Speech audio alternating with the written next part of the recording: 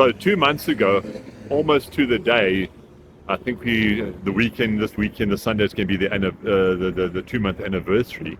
Absolute tragedy struck. Everybody knows what happened. Everybody saw what happened, and this is what we have left. 2 months later. How sad. How sad. So many people's lives affected. Let's have a look here. Just some of the remnants. Fire is a terrible thing when it gets going. Look at that. That's what's left of one of the biggest bike shops on the East Rand, one of the most busy bike shops in the East Rand. That's what's left for now. But they kept their heads up, they banded together, they puffed out their chests and said, we will rebuild. And look at this. Look at the suit there.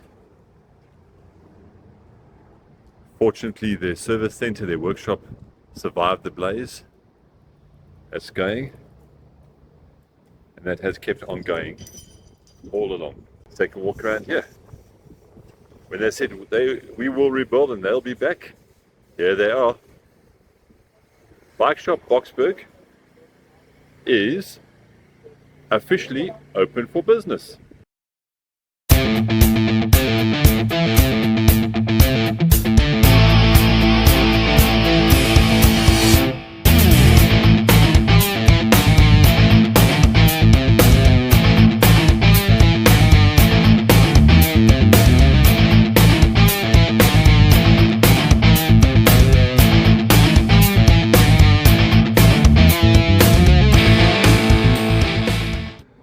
It's taken us a long time to catch up with Yanni, and there's two reasons for it. Number one, I didn't want to bother you because I can only imagine the pain that you've been through. I would not wish this on my worst day.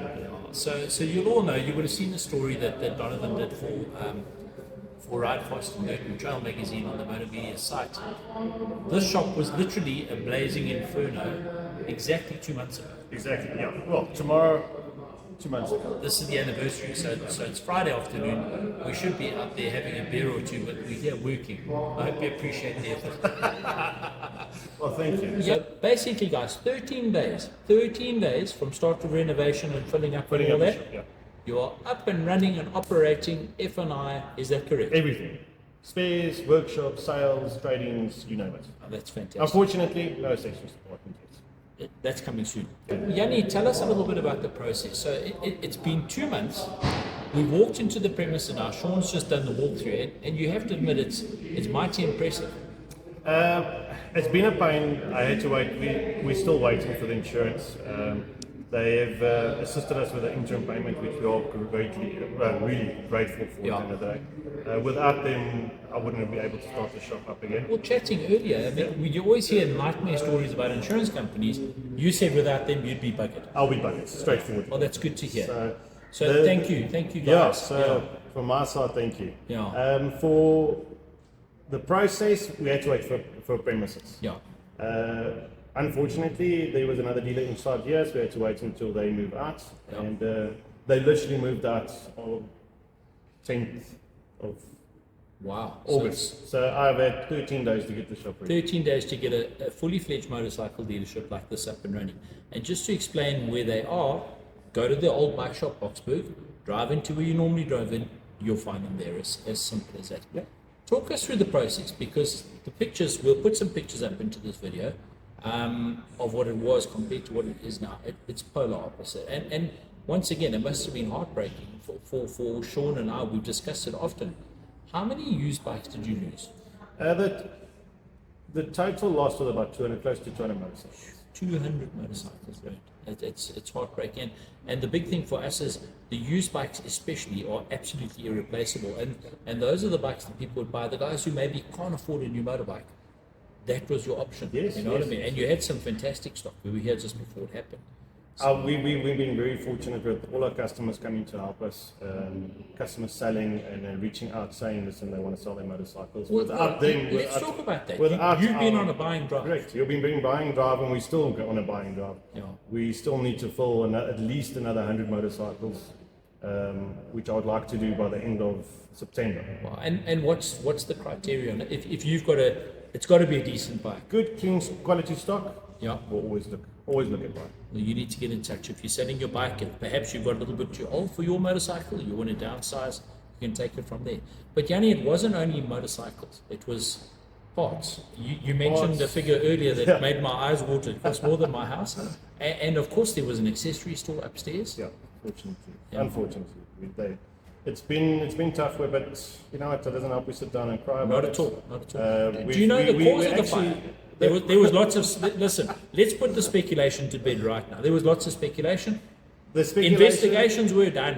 What was done and caused? dusted. Yeah. So won't believe it. For all the public out there, multi-plug. Multi-plug. Multi-plug in my space department, quarter lights, and as you know, a space department, you've got oils, you've got spray cans, you've got Yeah. everything, and then it was the right hazard for it to set off.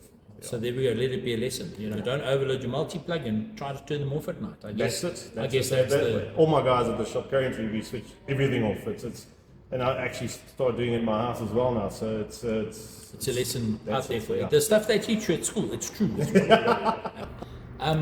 In addition to obviously the used stock, I know that Suzuki had a lot of stock on the floor. Well, it's your stock, but I mean new Suzuki motorcycles.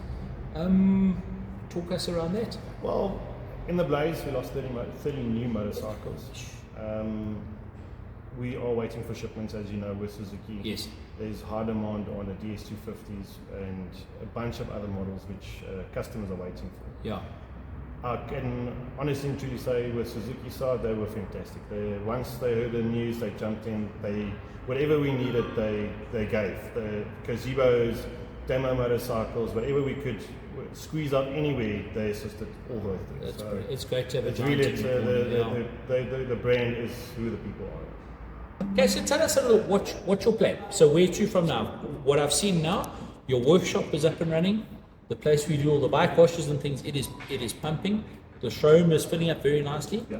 What does the future hold? The future holds at this point in time. We want to outgrow this again. Yeah. We started off here almost 2 years ago. Yeah. We outgrew this premises. Fortunately, we could get back in here again. So Yeah. the customer, we're still the same situation, same address. Yeah. So customers still know where we are. All right.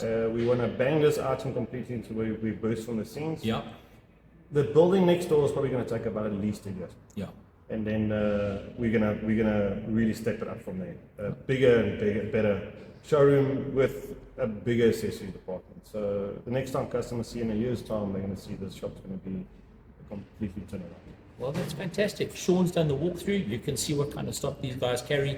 It's on the up and up. It's turned into a feel-good story. So well done to you and your team. I don't, exactly as Yanni says, you don't wish it on anybody in the world. It was, I live not too far from here, driving past and just wondering, and holy cow, it was really something. If you didn't see it, you'll never understand it. But Yanni, to you and your team, well done. Oh, thank you guys, thank you. Yeah, disruption, I can only imagine, but anything we can do to help, we'll let you know. And if you're looking for a motorcycle in the Boksburg area, if you're selling a motorcycle, please do get in touch. Sometimes he's all right. Thank you.